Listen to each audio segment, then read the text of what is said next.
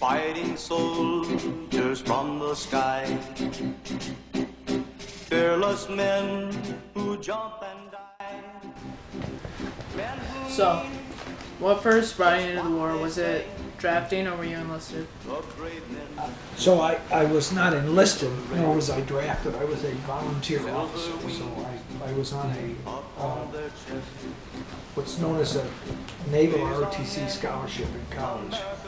So because they paid for my way through school, the Navy did, I was obligated to serve them for several years. So I was a volunteer. Right. And what was your basic training like, and your drill sergeants, what were they like? The basic training we had was quite extensive. So each summer during my freshman and sophomore year, and then during my sophomore and junior year, and during my junior senior year, we would go on 6 to 8 weeks of training. So the first year we were on a destroyer out of Newport News, Rhode Island, and we were just midshipmen in there were 21 of us. We lived in a room, all 21 of us, including was in a room this size, believe it or not, beds and everything. So when you slept at night, the bunks were 3 or 4 high. So and they were canvas with a metal frame, so you couldn't roll over. You didn't have enough room to roll over. You had to lay in the bunk. That was the first year. The second year, we did 2 things. We went to Corpus Christi, Texas, and did flight training, and then we went to Little Creek, Virginia, and did a amphibious landing and pretended to be Marines. And we lived actually in a World War II prisoner of war barracks in Little Creek, Virginia. It was not very nice place. The third year, I was on a cargo ship in Norfolk, Virginia.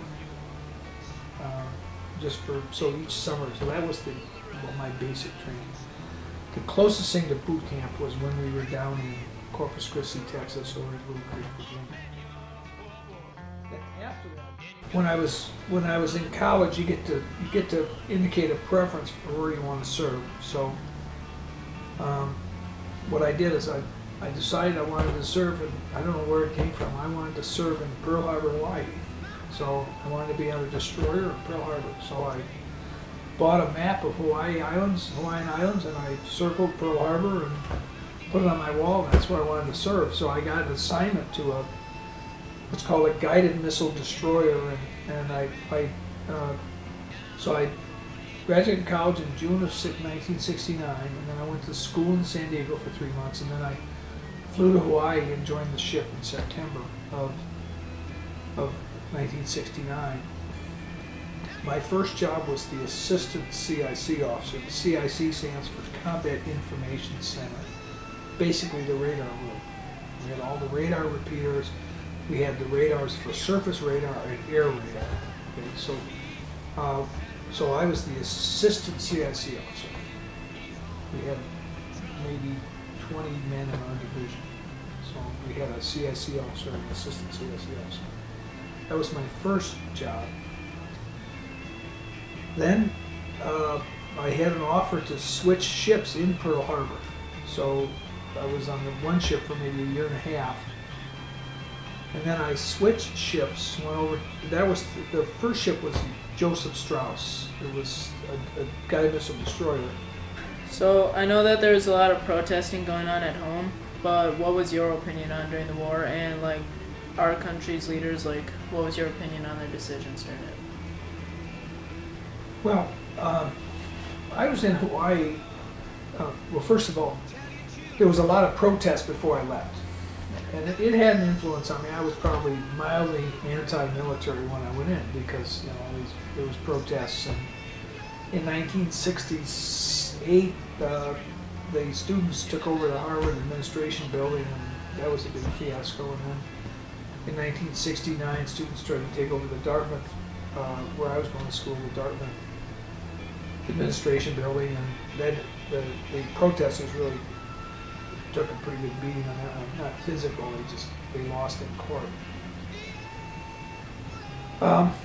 when I was in the military, I was in Hawaii, so it wasn't in the continental United States. And for a good chunk of the time, I was deployed overseas. I was gone almost half the time. So it had no bearing on me. I do remember I had a friend from Tuck School who was living back in New Hampshire, and we were exchanging letters, and I told him I was anticipating going back over there. It was my last deployment. And he wrote me a nasty letter, called me a baby killer or something. That sort of damaged the friendship. I haven't talked to him in years. I saw him after that, but I thought that was kind of a provocative thing. The decision by the leaders, when you're in the military, you got your head down trying to make sure your units operating effectively, the ship's operating effectively.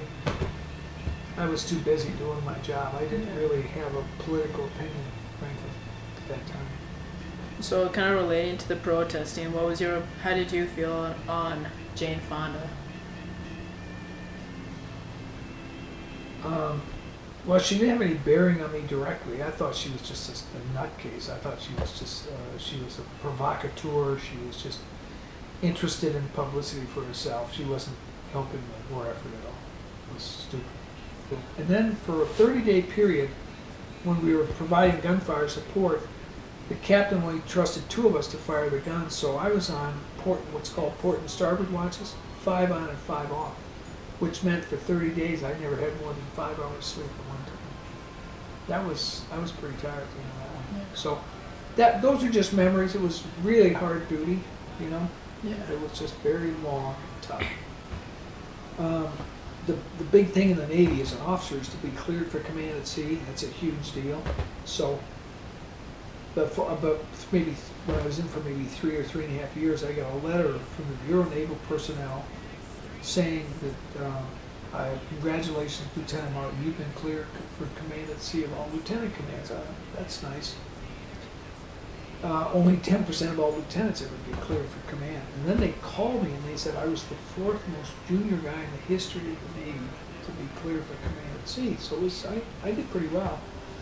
So when I got in the civilian job market, I got literally, partly because of people who like the war, nobody wanted to talk about my military experience at all. They just had no interest. So I was hired as a brand new analyst, oh, so you served 4 years in the military, doesn't count for anything. I think I underestimated how difficult it is to transition back, because you just picture that how old are you now? Are you 16. 16. I'm about to So be 17. 5 years from now, you leave the continental United States and you don't come back for 4 years. I mean, I was back for a week at a time. I mean, I was gone. And in three different deployments into a war zone. I think assimilating back into society is very tough. The way I characterize it, when I went in the military, I went in as a boy and I came out as a man. I was a serious man. When I go in, I'm just fresh out of college, and I never really worked much. But boy, I had so much responsibility. I came out as a man. I think that was an adjustment. It was certainly for my wife, and I think for me. So it was a huge adjustment to come back. Really big. Much bigger than I would have guessed.